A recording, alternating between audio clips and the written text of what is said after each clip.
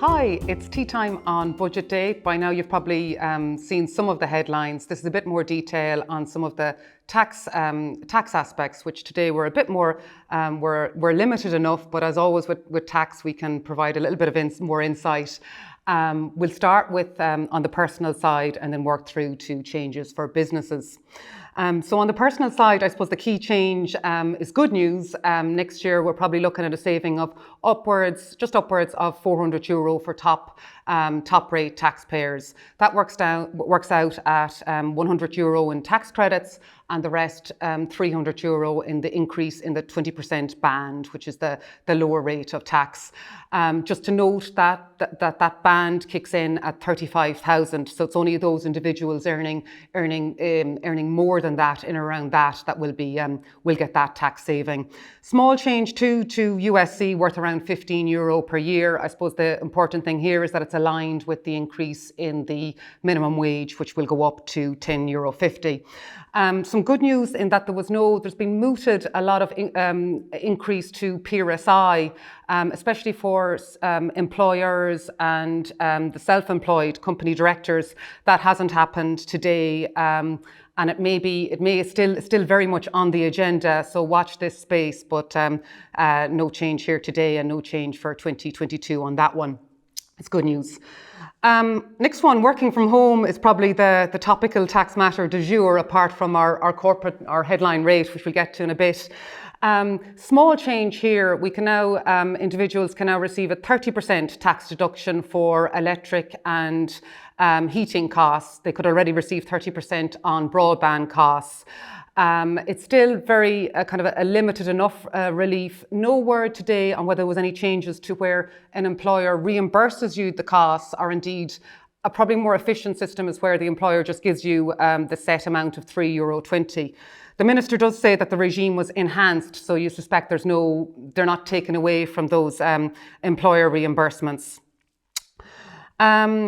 Other tax aspects for individuals, I suppose there's been no other key big changes, no changes to CGT, tax on savings, on funds, or indeed gift taxes. We've always the more topical matters generally in society, housing. The changes here today were very much on the spend side, but there are aspects that impact on the tax side as well. In particular, the Help to Buy relief, which is a relief for first-time buyers who are buying a new property. That's been extended. It was due to expire. No change to the actual mechanics of that relief. And the minister is also introducing a new vacant site levy tax, which is the aim is it's going to be targeted at small sites in town centres. It's aimed at sites. It's not in relation to vacant homes, and it's going to kick in 2 years' time. So it's got a long lead-in time, and the hope is that will act really as a disincentive in hoarding land. And the minister actually doesn't really envisage much income coming in from this. It's hopefully just to encourage those kind of sites to be redeveloped, which I suppose is positive. On climate, the other big topical area, I suppose, there was no big real innovative change. There was changes to VRT, increase in carbon taxes, kind of the old reliables now at this stage. On the direct tax side, there is a regime for a full 100% allowance for purchase of energy efficient equipment. There was tweaks made to this regime today, kind of to make it more consistent with the objectives. So, for example, the equipment now must be operated by non-fossil fuel, which is all it's very positive. But I suppose it further complicates the relief and adds more terms and conditions that need to go through and look through, so may actually have kind of unintended consequences, just adding more complexity. There was actually one little novel change here is, we'll say where you're an individual and you've got solar panels on your house and you generate electricity, resell it back to the grid. The first €200 of that income is disregarded for tax purposes. I suppose it would cover the cost of the admin and the hassle of filing tax returns or updating your tax affairs for this income. And I suppose these kind of measures, or that measure, does get people thinking a bit more about what can I do, or there's actually some money in it for me if I sell money back to the grid, or if I have this energy efficient equipment. So it's probably a step in the right direction. Which indeed one very positive step was the electric car regime, and there's no benefit in kind where the car for up to 50 grand in value. That's been phased. That had been scheduled to end at the end of next year. It's been now extended in a phased out manner. It still will be better. You'd get more relief if you buy the car by the end of next year, and it's a very efficient relief for companies and business owners. Moving on to COVID supports to businesses, I suppose we anticipated this in that there was the key relief is the EIIAS, which is support to businesses for employees. That scheme has been extended to April 2022 is our end date for these schemes, and hopefully our end date for all of this. So no cliff edge. And actually one very positive development here, which wasn't in the minister's speech, but a lot of tax professionals and accountants would be very aware, is there was a regime, or one of the COVID supports was that businesses or companies could defer tax payments, PAYE and VAT, on a long-term loan at reduced rates to revenue, which was great. But one technical issue was that where PAYE was deferred, and the company owner had a salary due from the company, they're technically due personal income tax on that salary. And generally, you can offset the PAYE paid by the company against that. The technical issue was that now, once the PAYE was deferred, you couldn't do the offset. So these individuals had very real liabilities. A lot of liaison and engagement with Irish Revenue on this, and in fairness to Irish Revenue, the law was very clear, so you needed need a law change. So the Minister has committed to that today, which is very, very welcome.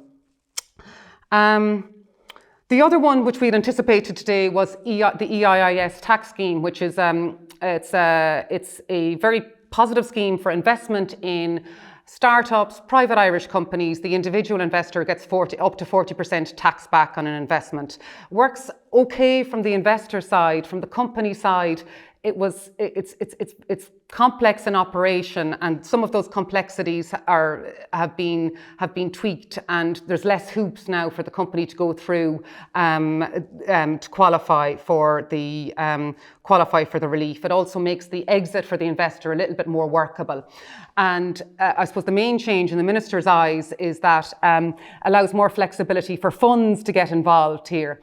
So if you can imagine it, the whole point of EIIAS is for companies, startups who can't otherwise, banks generally don't like lending to startups, so go out and find investors other ways, hence we have this EIIAS scheme. So generally these are very risky companies. So you're better off as an investor investing in a few of them and diversifying your portfolio. And to do that, it's often better just to invest in a fund. And there was facility for funds in the law previously, but this makes it a bit more workable, a bit more fit for purpose, and is welcome. One change that wasn't made today was the main drawback for investors on these EIIAS is loss relief. You don't get, if your investment in your single company, if you can't recover it, then you don't get loss relief. So that's still a bit of a kind of a negative, in particular compared. The UK have a similar regime and give loss relief. Other aspects: no R&D changes, for businesses, no R&D changes, no changes to share schemes, which are disappointing. No mention at all of these. 2 years ago in the budget, there was much heralded changes which would have impacted particularly SMEs.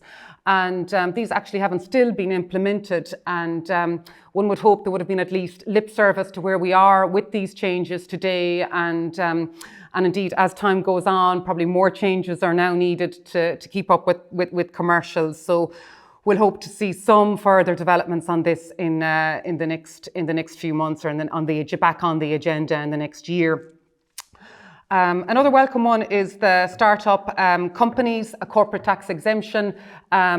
This relief has been extended has been extended. It was due to expire. There's no actual change, or doesn't appear to be any change to the mechanics of the relief, which is broadly these companies can claim up to €40,000 a year in tax back. It's linked, the relief is linked to your employees, and it's capped at $5,000 an employee. So if you've no employees, no relief. So it works very well, very linked to a new company increasing employment.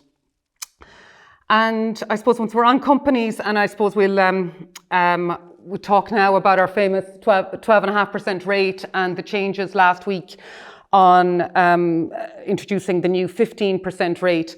There's been the minister talked about it today, but nothing changed or nothing new to add to the press releases and the discussions last week. And I suppose a couple of key points, just it's important for everyone. This has been on the agenda, and I don't think any multinational will have been surprised by the changes, by the changes and the announcement last week. It's been a long, drawn-out process, and still not there on the final detail. Just so for those who are not aware, the 15% will only apply to those companies with turnovers of over 750 million euros, so massive big groups. It was never on the agenda following all of this. It was never on the agenda for this 15% rate or these changes, international changes, to apply to any other companies. So always your standard, typical SME, Irish SMEs outside the scope. Based on the department figures last week, only around 1%. The 15% rate will apply to only around 1% of Irish businesses. I just want to talk. It is a fundamental change for companies in scope as to how they're taxed, and I suppose just to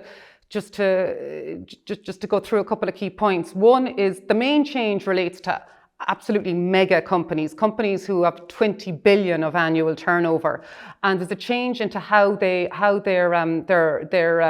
profits are taxed. And normally you're taxed on profits. So an Irish company would have, your brand, your high level executives bear the risks and rewards of the business, have all the profit, have a good chunk of the profit, and be taxable here at the 12.5% rate. Now, rather than that rule, you have a completely different rule. So a portion of the tax of the profits are actually will be taxable by virtue of where your customers or your users are. So these big companies may not even have an office or a staff in a country, but will actually now be subject to corporate tax in that country. And that will definitely, I think the consensus is that will definitely take revenue away from Ireland, or tax revenue away from Ireland. And it's thought that that's where the 2 billion figure that's been mooted comes from, is that realm of the changes. The other is the 15% rate, and this, I don't think anyone knows the direct impact of this.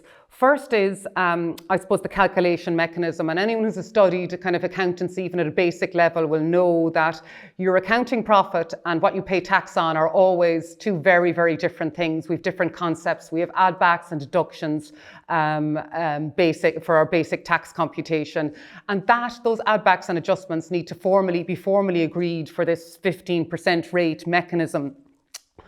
So that's one thing we're unsure of. The second is the general economic impact of having the 15% rate, which is the uniform rate for all of these high turnover companies in the world. And I suppose people could write theses on it, and we're still not particularly sure of that. Only time will tell. I suppose as a tax advisor, I'd welcome that at least it takes this talk for the last 10, 15 years over 12.5% on the international agenda off the table, and at least we're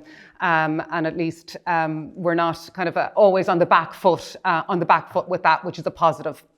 Adds a bit of certainty too for multinationals, and I suppose just at a fundamental level as a tax advisor, There is a big change now in even tax compliance. So before, I would have seen many multinational tax computations or SMEs, and they're all broadly the same, just the multinationals have a lot more zeros at the end of them. But now we'll have probably 3 systems of corporate tax computations, and it's just adding more complexity.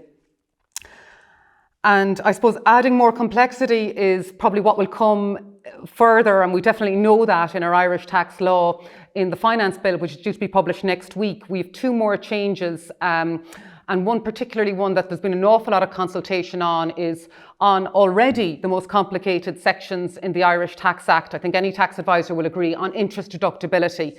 So these changes are kind of diktat from Europe. They need to be implemented in our Irish tax law. There's now an additional, on top of our complex interest rules, we have an additional now 9 steps for determining an interest deductibility. There is thankfully a de minimis of 3 million, so it doesn't necessarily apply to that many taxpayers, but it does potentially need to be considered. In particular, next week we'll see the detail. We'll see further detail on that, in particular around the working of the de minimis, and hopefully it'll be very clear that companies will be out of scope.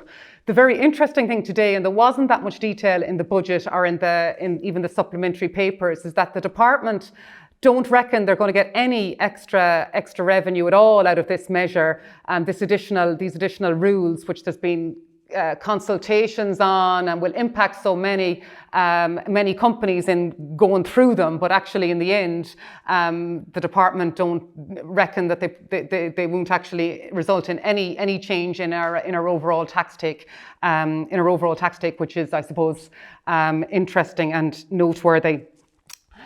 So on that note, I'll leave it. And I suppose on that note, just to bring it around, and I can understand where the department and the minister, they've been very busy with the international, dealing with the international matters, and indeed the transposition of various EU tax matters into Irish law.